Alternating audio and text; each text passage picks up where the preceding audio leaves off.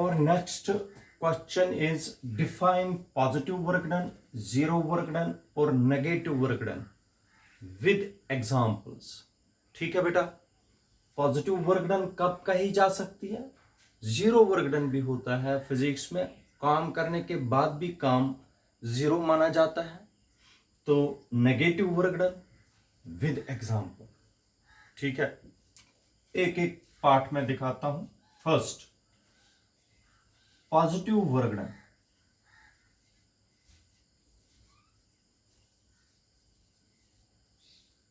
इधर देख लीजिए बेटा, सबसे इंपॉर्टेंट पार्ट है इसका जो हमने इससे पहले किया. आप लोगों को पॉजिटिव वर्क डन से पहले थोड़ा सा मैं आप लोगों को बताता हूं. We know work done is equal to dot product of force and displacement. इससे पहले वाले क्वेश्चन में किया, और ये होता है बराबर F S cos theta. This is equation number first. अब पहला पार्ट हम करेंगे पॉजिटिव वर्क. पॉजिटिव वर्क इधर सुनिए. अगर थीटा होगा, if theta is equal to 0 degree, that is force जिस डायरेक्शन में होगा उसी डायरेक्शन में डिस्प्लेसमेंट भी होगा. फोर्स और डिस्प्लेसमेंट की डायरेक्शन में थीटा कितना बनता है? 0 degree. when the displacement takes place in the same direction as that of force, then work done will be equal to fs cos of 0 degree. Note it, याद रखना बेटा, cos 0 degree is equal to 1, cos 90 degree is equal to 0, cos 180 degree is equal to -1. ये note करना है आपको. cos 0 degree is equal to 1, w is equal to F S into 1, w is equal to F S. बेटा, this type of work done is called positive work done. इस work done को बोलते हैं positive work done. कब? when theta is equal to 0 degree, the displacement takes place in the direction of force, then work done is said to be positive work done. अब आप लोग बोलोगे sir इनकी examples क्या है पॉजिटिव वर्क डन की, जिससे हमें समझ आएगा पॉजिटिव वर्क डन है क्या. ठीक है बेटा, इधर देख लीजिए. अगर हम कोई बॉल ऊपर से नीचे फेंकते हैं, इसको कौन नीचे लाता है? Gravitational force. ग्रेविटेशनल फोर्स इधर देख लीजिए बेटा, ग्रेविटेशनल फोर्स इस बॉल को नीचे की तरफ लाता है और डिस्प्लेसमेंट भी इसी डायरेक्शन में होता है. डिस्प्लेसमेंट भी इसी डायरेक्शन में होता है, फोर्स भी हम इसी डायरेक्शन में अप्लाई करते हैं. Work done by the gravitational force on the ball is positive work done. Work done by the gravitational force is positive work done. शाबाश. ऊपर से बॉल फेंकेंगे, ग्रेविटेशन उसको अपनी ओर खींचेगा. वर्क डन भी, ये डिस्प्लेसमेंट भी उसी डायरेक्शन में है, ग्रेविटेशनल फोर्स भी उसी डायरेक्शन में है. दैट इज कौन सा work done? This is positive work done. याद रखना, फोर्स और डिस्प्लेसमेंट सेम डायरेक्शन में आनी चाहिए. ठीक है.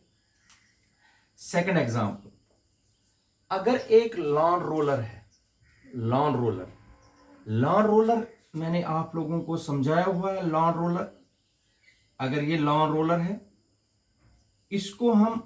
लॉन रोलर को हम धक्का देते हैं, फोर्स हम आगे की तरफ लगाते हैं, डिस्प्लेसमेंट भी आगे की तरफ ही हो रहा है, लॉन रोलर को पुश कर रहे हैं. Lawn roller moves in the forward direction, but force is also in the forward direction. Then this type of work done is also called, शाबाश, पॉजिटिव वर्क. थर्ड, अगर एक स्प्रिंग होगी, इधर देखो, इस स्प्रिंग को आप लोग खोलोगे, स्ट्रेच करोगे, ये स्ट्रेच करोगे in the direction of force, force लगाया और इसको खोल दिया। जिस डायरेक्शन में आप लोगों ने फोर्स लगाया उसी डायरेक्शन में डिस्प्लेसमेंट हुआ। जिस डायरेक्शन में फोर्स लगाया उसी डायरेक्शन में हमने शाबाश फोर्स लगाया। तो ऐसी वर्क डन को हम बोलते हैं फिर से positive work done. Remember, if the force and displacement are in the same direction, then it is called positive work done. अगर हम बकेट ऑफ वाटर, एक वेल से, एक कुएं से अगर हम पानी निकालेंगे रस्सी को खींच खींच के, हमने फोर्स लगाया ऊपर की तरफ, रस्सी को खींच रहे हैं, बकेट, पानी का बकेट हमें वेल से निकालना है, रस्सी को हम खींच रहे हैं, बकेट भी ऊपर ऊपर आ रहा है। बकेट का डिस्प्लेसमेंट जो है और मेरा फोर्स जो है, they are in the same direction, therefore it is called positive work done. यह याद रखना। These are the examples of positive work done. Now the second case is zero work done. Zero work done, zero work done बेटा होता है तब when theta is equal to 90 degree, that is displacement अगर यहां से है horizontally, work done है, ये फोर्स है ऊपर से, इन दोनों के बीच में थीटा है 90 degree. Theta 90 degree means the force and displacement are in the same direction. ठीक है, तो याद रखना बेटा, work done is equal to dot product of force and displacement F S cos theta. ठीक है, कॉस थीटा कितना है बेटा 90 degree, cos 90 is 0, 0 multiply by F S multiply 0, work done is 0। इसका मतलब हो गया फोर्स और डिस्प्लेसमेंट के बीच में अगर थीटा 90 डिग्री का होगा तब भी 0 होगा। लेकिन एक और चीज है, अगर डिस्प्लेसमेंट भी 0 होगा, if s is equal to 0, then work done is also 0। For example इधर देखो, अगर मैं एक दीवार को ऐसे पुश कर रहा हूं, मैं तो फोर्स लगा रहा हूं लेकिन दीवार पीछे नहीं जा रही है, डिस्प्लेसमेंट नहीं हो रहा। अगर डिस्प्लेसमेंट ही नहीं हुआ, फोर्स तो मैंने अप्लाई किया था, वर्क डन मानी जाएगी 0। if angle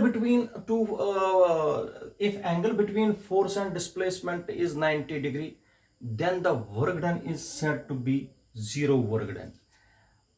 For example, first, if we push a wall with some force, the wall does not move, the displacement is 0, this means work done is 0.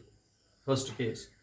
Second case है, याद रखिए बेटा, अगर एक कुली एक सूटकेस उठाता है सिर पर, ठीक है, when a pulley holds a suitcase on his head and moves on the horizontal surface, force लगाया उसने सूटकेस को पकड़ने के लिए और हॉरिजॉन्टल सरफेस पर चल रहा।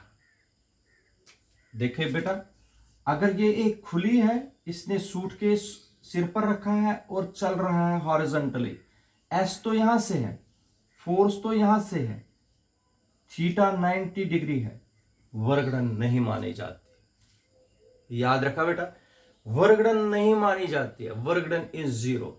This means when a pulley holds a suitcase on his head and moves on the horizontal surface, the work done is treated as 0.